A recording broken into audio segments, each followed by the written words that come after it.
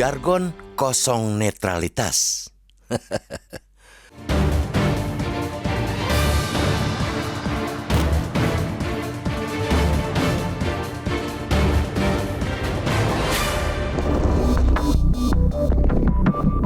Fenomena ketidaknetralan aparatur sipil negara atau ASN pada tahapan Pilkada 2024 mencuat di berbagai daerah di Indonesia dengan beragam modus.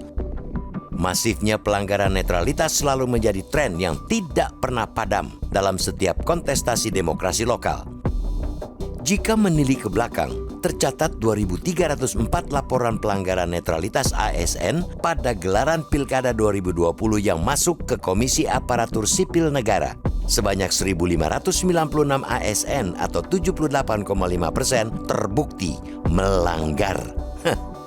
Kemudian 1.373 atau sekitar 86% laporan telah ditindaklanjuti. Rapor buruk netralitas ASN dalam pilkada serentak potensial kembali terulang dalam perhelatan yang sama tahun ini.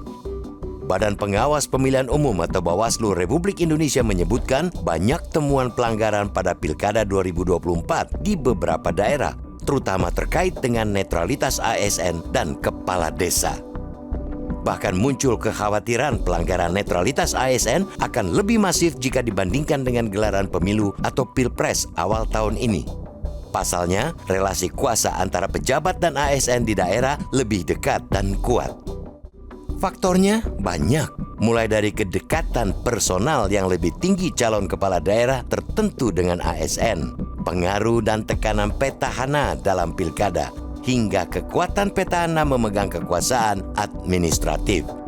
Itu semua bisa mempengaruhi netralitas ASN secara langsung.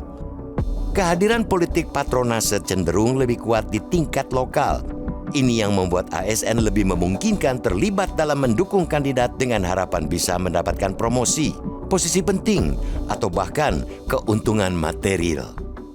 Kondisi dan situasi semacam ini jelas membuat komitmen netralitas aparat negara dalam penyelenggaraan demokrasi lokal yang berulang kali digaungkan tidak ubahnya imbauan tanpa makna. Jargon kosong yang tidak didengarkan pemirsanya, yakni para ASN. Publik tentu mengapresiasi inisiatif Kementerian Pan-RB yang telah menerbitkan surat keputusan bersama tentang pedoman pembinaan dan pengawasan netralitas pegawai ASN dalam penyelenggaraan pemilihan umum dan pemilihan bersama Bawaslu, KPU, dan Kementerian Dalam Negeri. Mekanisme pelaporan juga telah disiapkan lewat situs web pengawasan dan pengendalian Badan Kepegawaian Negara atau BKN. Itu bisa menjadi sarana bagi publik untuk berpartisipasi menegakkan netralitas ASN dengan melapor bila menemukan ASN yang melanggar. Akan tetapi, sebagus apapun sistem pelaporan dibangun, itu tidak cukup menjamin netralitas selama sisi penanganannya tak serius. Dari pengalaman pilkada sebelumnya, penanganan selalu menjadi persoalan sendiri. Kurang efektifnya penanganan laporan atau temuan praktik pelanggaran netralitas ASN tampak sebagai formalitas belaka. Belum lagi pemberlakuan sanksi yang dapat dikatakan jauh dari kata tegas dan konsisten. Walhasil, penindakan tidak menimbulkan efek jera bagi pelanggar netralitas ASN. Bahkan, seperti yang selama ini kerap terjadi, ada yang sudah terkena sanksi tapi tetap dapat promosi jabatan lantaran kandidat yang didukungnya menang di pilkada. Untuk itulah, dalam pilkada kali ini, penyelenggara dan pengawas tak boleh lagi lembek dalam penindakan. Mereka mesti tegas dan memberikan sanksi maksimal bila memang terbukti ASN melakukan pelanggaran. Bentuknya bisa macam-macam, seperti penurunan pangkat atau selama sekian tahun tak menempati posisi penting di jabatan struktural di pemerintahan. Hari ini sangat penting agar dapat menjadi tonggak sejarah penegakan netralitas ASN dalam pilkada.